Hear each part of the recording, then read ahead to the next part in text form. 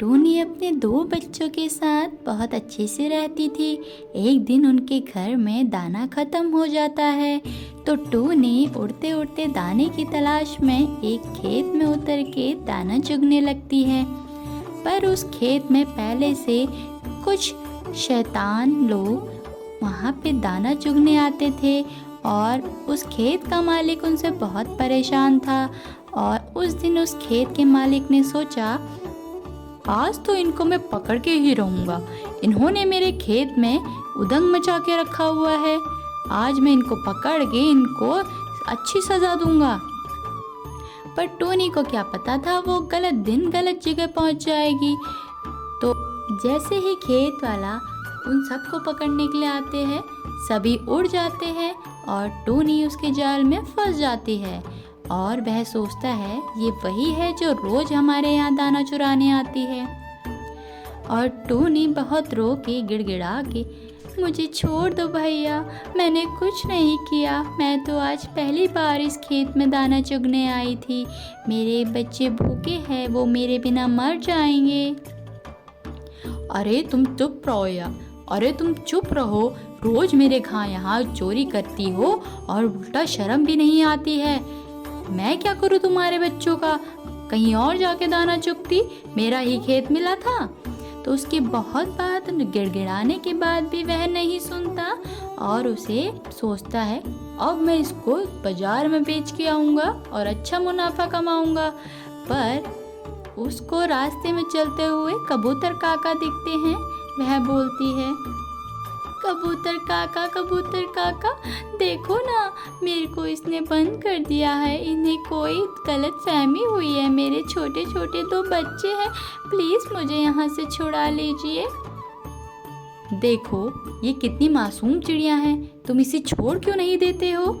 इसके बदले में एक बाल्टी मेरे से दूध ले लो। अरे नहीं, जाओ यहाँ से, मैं इसका अच्छा मुनाफा लूँगा। तो वह वहाँ से चला जाता है और ऐसे ही फिर वह रोती है, गिड़गिड़ाती है, पर कोई सुनने वाला नहीं होता है। तो उसके बाद वहाँ से उस जंगल के राजा जा रहे होते हैं तो वह उनको पूरी बात बताता है। तो जंगल के राजा उस बेचारी मासूम सी चिड़िया पर दया आ जाती है और वह बोलते हैं, अरे सुनो, तुम ऐसा करो, ये इसके बदले के जितना इन्होंने नुकसान किया है सारे पैसे रखो और इसको छोड़ दो। तो इससे उस चिड़िया को आज़ादी मिल जाती है और वह उड़ के अपने घर वापस चली जाती है। अगली कहानी के साथ फिर मिलेंगे, तब तक के लिए बाय बाय। टूनी चिड़िया अपनी बहू टुनटुनी चिड़िया के साथ प्यार से रहती थी। उनका बेटा भी था जो काम करने रोज बाहर जाता था और उनके गांव में एक कौवा अंगूर की खेती करता था। वह अंगूर की खेती बहुत अच्छे से करता था, पर अब क्या था, अब उसके अंगूर बहुत बड़े हो चुके थे और सारे गांव वालों उसकी खुशबू को सूंघकर बहुत आकर्षित होते थे। पर वह कौवा बहुत होशियार था। वह तो सुबह से शाम उस खेत की निगरानी करता था ताकि कोई गांव वाला उसके अंगूर न चुरा ले। एक दिन वह खुशबू पहुँचते पहुँचते टुनटुनी और टूनी चिड़िया के पास जा पहुँची। वह बोली, माँ जी, ये अंगूर की खुशबू इतनी अच्छी है, मुझे अंगूर खाने का मन कर रहा है। हाँ, मन तो मेरा भी कर रहा है खाने का, पर क्या करे, वो कालू को तो देख रही हो ना, वह सुबह से शाम कैसे मेहनत करता है अपने अंगूरों की देखभाल में। हम तो उसको चुरा भी नहीं सकते हैं। माँ जी, हम ऐसा करते हैं, कुछ प्लान बनाते हैं। क्या प्लान बनाएंगे? वो तो वहीं पे ही रहता है ना। माँ जी मेरी बात सुनिए, आप उसे कुछ चीज़ों के बहाने उसे घर पे बुलाइए और मैं जाकर इतने टाइम में उसके अंगूर चुरा के ले आऊंगी, फिर दोनों मिल बांट के खाएंगे।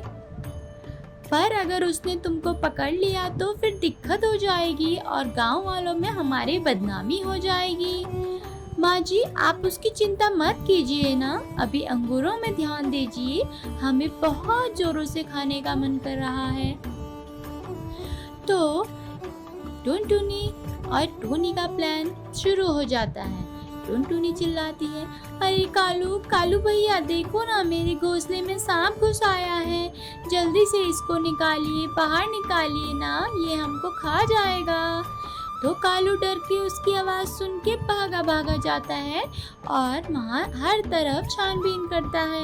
इतने में वहाँ टूनी चिड़िया अपना कमाल दिखाती है, उसके पके पके कुछ अंगूर निकाल के ले आती है। कालू बोल, तुम अब आराम से रहो, मैंने पूरा घर चेक कर लिया है, यहाँ पे कोई भी सांप नहीं है। अच्छा धन्यवाद भैया। तो कालू वहाँ जाता है। कुछ दिन तक यह लोग ऐसा ही करते हैं। अब कालू को शक होने लग गया था कि उसके खेतों से चोरी हो रही है, क्योंकि अंगूर उसके कम हुए जा रहे थे। इस बार कालू ने फैसला किया, इस बार वह जाल बिछा के घर जाएगा। तो रात होती है, कालू खेत में जाल बिछा देता है और घर चला जाता है। टूनी और टुनटुनी को इसकी खबर नहीं थी। वह दोनों भागती भागती अंगूर लेने जाती है, पर ये क्या था, अरे माँ जी मेरा पाँव फंस गया है, टुनटुनू मेरा पाँव भी फंस गया है, मैं क्या करूँ, हम क्या करें अब। तो इतने में उनकी आवाज़ सुन के कालू कौवा आ जाता है और बोलता है, अच्छा तुम दोनों थे जो मेरे यहाँ से अंगूर चुराते थे, मुझे हमें माफ़ कर दीजिए भैया, हम आगे से नहीं चुराएंगे, पर तुम लोगों की वजह से मेरा बहुत नुकसान हुआ है भैया, मैं आपके सारे नुकसान की भरपाई कर दूंगी, पर अभी हमें छोड़ दीजिए, गांव वालों के आने से पहले हमें छोड़ दीजिए, नहीं तो हमारी बहुत बदनामी होगी। तो कालू कौवा उन्हें छोड़ देता है और आज के बाद टुनटुनी और टूनी अंगूरों की चोरी नहीं करते। अगली कहानी के साथ फिर मिलेंगे, तब तक के लिए बाय बाय। टुनटुनी के 2 बच्चे थे, दोनों ही अभी छोटे थे, पर इस बार टुनटुनी को अपने खेतों में पौधे उगाने का टाइम नहीं मिला, उनके पास काफ़ी पैसे भी नहीं थे, तो वह खाने की तलाश में जंगल में भटक रहे थे। इतने में टुनटुनी की बेटी सुनहरी को एक पौधा दिखता है। अरे मम्मी देखो, ये पौधा कितना प्यारा है, कितना छोटा है, हम इसको घर ले जा सकते हैं, घर में इसको उगा सकते हैं और अब ये बड़ा होगा तो हम इसके फलों को खा भी सकते हैं। अरे बच्चे, अभी तुम्हें अक्ल नहीं है, यह पौधा हमें पता ही नहीं है किस चीज़ का है, हमें क्या पता कि ये बड़ा होके कौन से फल देगा, और हमारी मेहनत भी बेकार जा सकती है अगर इसने फल नहीं दिए तो। अरे मम्मी, अगर ये फल नहीं देगा तो हमें छाया तो देगा ना, तो हम इसको घर ले जाएंगे, क्योंकि ये रास्ते में तो किसी के पाँव में आके मर जाएगा। सुनहरी की बात मानते हुए टुनटुनी उस पौधे को ले जाके अपने बगीचे में उगा देती है। पर ये क्या, एक ही रात को उगाया गया पौधा अगले ही सुबह ही बड़ा हो गया था और उसमें बड़े बड़े सहतूत के फल लगे थे, और वह तीनों देख के बहुत चौकन्ना हो गए थे कि ये कौन सा चमत्कार हो गया है। अरे मम्मी देखो ना, ये तो हमने कल रात को ही पौधा लगाया था, पर इसने तो एक ही रात को इतने बड़े हो गया और इतने अच्छे अच्छे फल भी लग गए। अरे बच्चा, ये तो मैं भी देख के हैरान हूँ, ये तो मुझे चमत्कारी पेड़ लगता है और इसमें बड़े बड़े सहतूत के फल भी आ रखे हैं। उन तीनों का मन बहुत ही खुश हो जाता है और वह सहतूत खाने लग जाते हैं। मम्मी, हमने तो इतने सारे खा लिए, पर अभी भी इसमें बचे हुए हैं, हम ऐसा करते हैं, इसमें हम आपके लिए इकट्ठा करते हैं और आप इसे बाजार में जाके बेचिएगा, इससे हमारी आमदनी भी अच्छी हो जाएगी। हाँ सुनहरी, तुमने बहुत अच्छी बात कही, मैं कल ही इसको जाके बाजार में बेचूंगी। और यह पेड़ ऐसे ही उनको फल देता गया और उनकी ज़िंदगी पहले से काफ़ी अच्छी हो गई थी। अगली कहानी के साथ फिर मिलते हैं, तब तक के लिए बाय बाय।